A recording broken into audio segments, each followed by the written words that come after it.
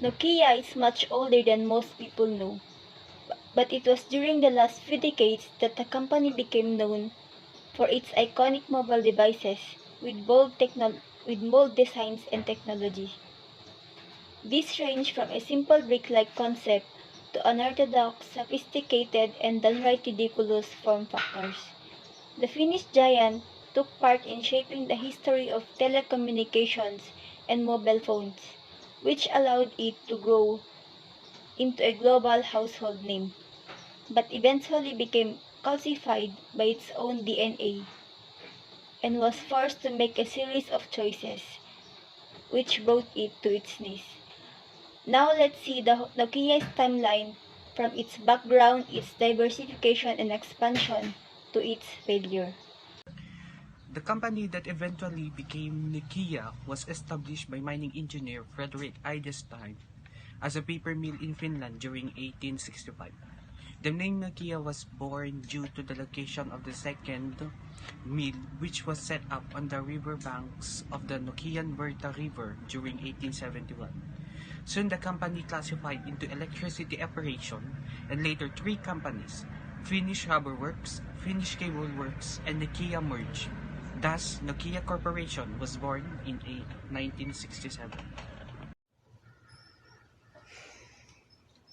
Hi everyone, in this part of the video, we're going to talk about the Nokia's climb up and some sort of its success during its diversification and expansion after its humble beginning. Okay? But before anything else, let me ask you this question. What comes first into your mind after hearing the word Nokia? Are you aware that Nokia Corporation back then focused on papers, electronics, rubbers, and cables? Hearing the word Nokia, what popped into our mind is all about high technology gadgets only, right?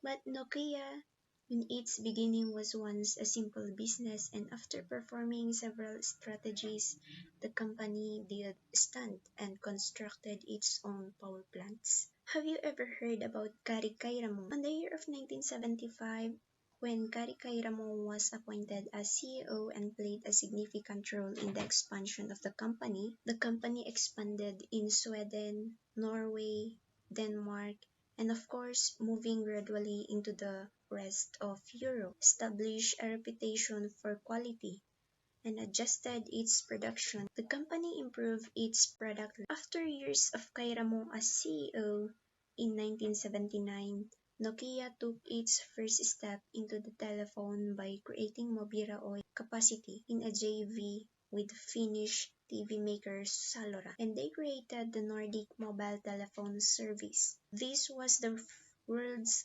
first international cellular network, and in the 80s, Nokia launched its first smartphone called the Mobira Senator. Afterward, in the year of 1982, the company's first digital telephone switch was introduced as Nokia DX200.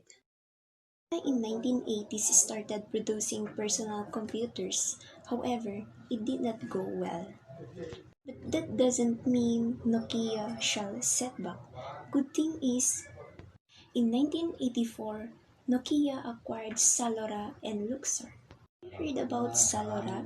It is the largest color television manufacturer in Scandinavia, while Luxor is the Swedish state-owned electronics and computer firm.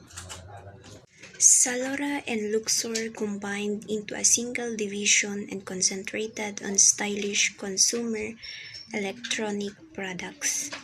It also succeeded in the satellite and digital television technology. Meanwhile, Nokia manufactured items for Hitachi in France, Ericsson in Sweden, Northern Telecom in Canada, Granada and IBM in Britain. Sadly, in spite of all the punches and exerted efforts, it was as if Nokia was enfeebled and was spurned by its continuous decline of the profit on the 1980th and 1998 year, culminating in loss of $102 million in 1991.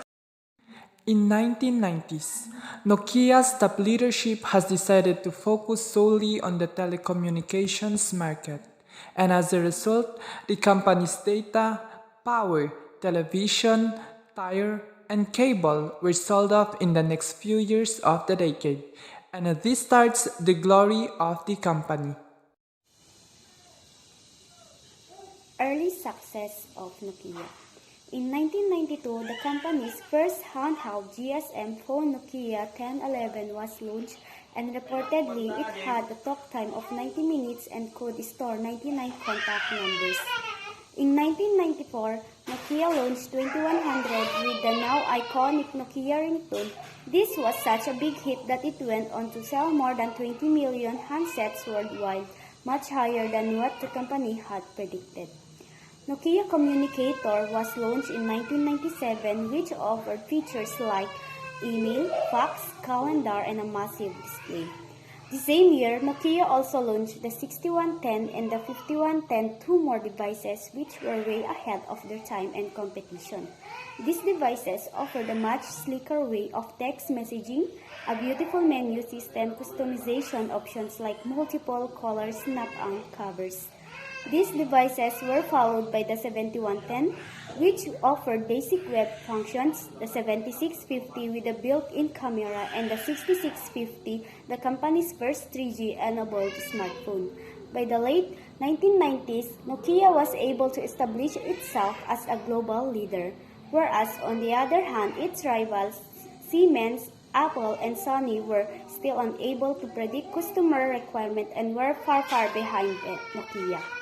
Nokia smoothly moved through these years with a turnover that increased 500% from $8.9 billion to $42.8 billion. Early hiccups of Nokia.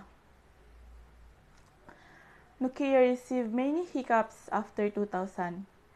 The first hiccup came in 2001, when Nokia profit dropped after being the top mobile phone maker in the world. Around the year 2000, Nokia occupied 30% market share of phone, double that of its competitor Motorola. At the time, Nokia was a big giant in the mobile manufacturer market, so it was obvious that Nokia was arrogant about its product. Nokia ignored retailer and distributor because it thought that Nokia did not require them to sell their phones, and this has also impacted Nokia failure. Also, Nokia ignored the consumer's feedback, and customers' tastes and preferences was also changing. But Nokia, being Nokia, thought that their hardware was the best and no one would be able to compete with them. On June 29, 2007, Steve Jobs announced that Apple will be launching its own series of smartphones called iPhone 1, which changed the mobile ecosystem forever. While Nokia was busy making features, Phone Apple had announced smartphones. Google also developed Android in 2008, and other competitors such as Samsung, Xiaomi, Huawei, and HTE joined Android and started making smartphones. Nokia was too big to adopt too sudden change, so it placed its faith on its hardware to make an impact on the market, which was Nokia failure. But customers shifted fast from Nokia to the other smartphones. After being on the top mobile seller in 2008, Nokia faced a huge decline in 2009 itself. But Nokia stuck to its operating system, Symbian, despite the growing popularity of Android and iOS. Symbian could not compete with iOS and Android in operating system. In 2010, Nokia hired Stephen Elop as CEO of the company to change its fortunes. Stephen was working in Microsoft, and Nokia had to pay compensation to the previous employer to bring him on board. He was a CEO with high competence but low character. In his speech after joining Nokia, he said Nokia was like a burning platform. Either they had to jump in the water or put off the fire to save them. He decided to opt ocean strategy. Nokia decided to join with Microsoft for operating system and produce hardware by itself. The window was not compatible for mobile devices. Despite knowing the need of the hour was Android for Nokia, Steven decided to go to Microsoft. He had a good relation with then Microsoft CEO Steve Ballmer, and he was hoping to replace Steve as CEO of Microsoft. So a tie-up between Microsoft and Nokia was necessary for Stephen Elop, but not for Nokia. Elop was Trojan horse for Nokia. Nokia failure was attributed to the wrong decision made by the company.